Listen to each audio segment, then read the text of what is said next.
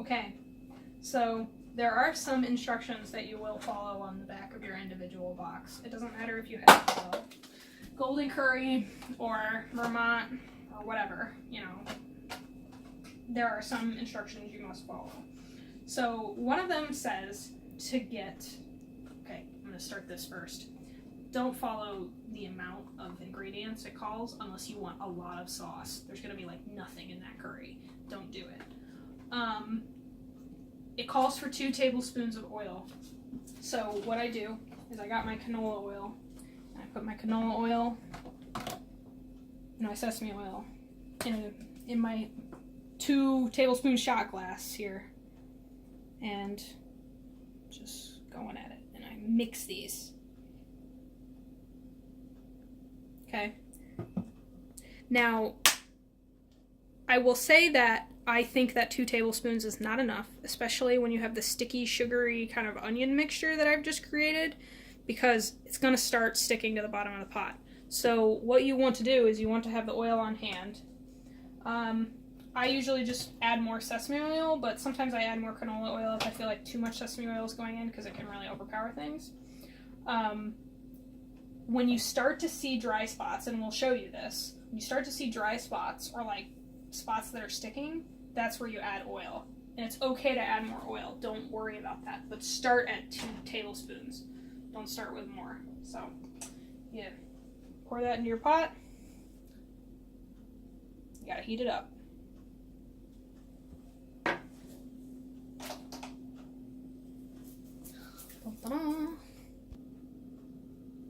So, next, oh, the rice is done. Look at that. It's very pleasant. So, my oil is hot. And you got the hot oil. If it's too hot, this is probably too hot, by the way. Your garlic will immediately just start to like burn, essentially. This is alright. This is an alright temperature. I add a little more, just for the sake of it. And you got some garlic. And then I almost immediately add the onions from there. So here's the onion relish. And just plop it in there. Okay. Oh, it smells awesome already. It like comes in contact with the heat and it's just like, yes. And I just stir it all together, the oil and everything. I'm gonna turn the heat down a little too low. And this is something that's new to me, because I used to have a fire, or a gas, stovetop. Sorry, the spices and the onions are making my eyes like burn. But that means it's good. And now I have an electric and I have no idea like how to use it.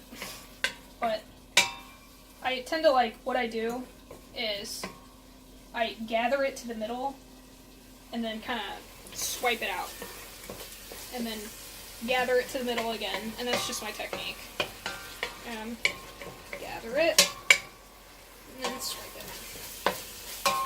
And as you do that, you'll start to feel sections, maybe, that are a little bit dry. So, sections like this, I'm going to move these onions out of the way. See, in this area right here, it's starting to get a little dry. And it's kind of sticky or whatever. And if it doesn't feel slick, that's when you add more oil. And you just add enough to cover that.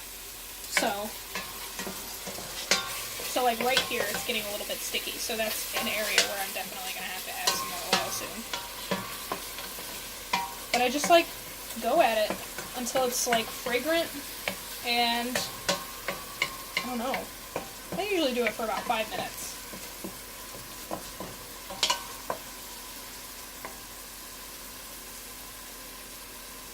You're good. Okay, so I got my first dry spot in the pot right here. As you can see, it's kind of like burning almost. So I just add more oil. More oil will not make the curry oily, I promise. Adding more oil just sort of lubricates the pot. Be sure to scrape, because you've got this kind of like paste you're making almost. See this black stuff? That's delicious. Don't lose it. Make sure you scrape it up.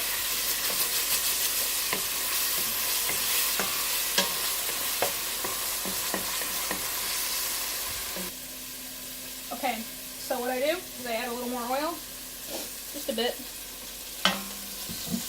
and then I get my chicken, and I just add the chicken, this amalgamation of chicken that I created, and start frying it up with the onions.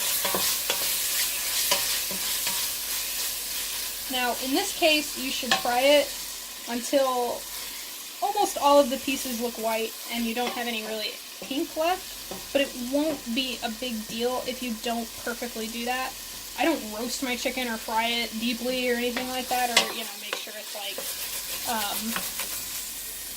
don't know, like, oops, I need to add more oil because the bottom of the pot's getting dry.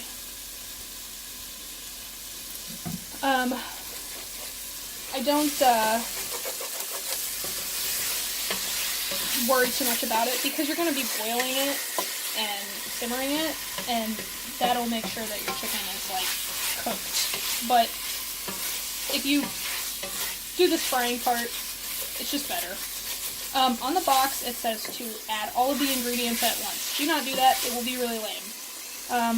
I don't even actually fry the other ingredients at all. So just do this until your chicken is a nice white. And add oil if you think it's getting too dry or too sticky. And make sure you scrape the bottom of the pot. It's really important to scrape the bottom of the pot. Unless you have a beautiful Teflon pot and aren't using a, you know, silver pot like I do. So one thing that I want to add is I want to add soy sauce. This is optional. I don't always add this, but I feel like adding it today. So I do that during the cooking process. I don't put it in the onions because it'll start breaking down the onions, and I don't put it in the meat.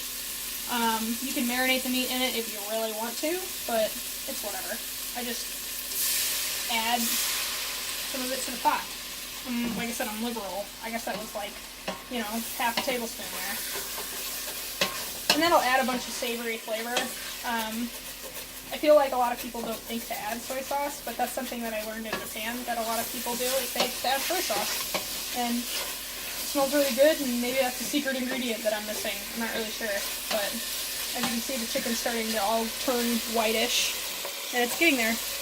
And look on my paddle.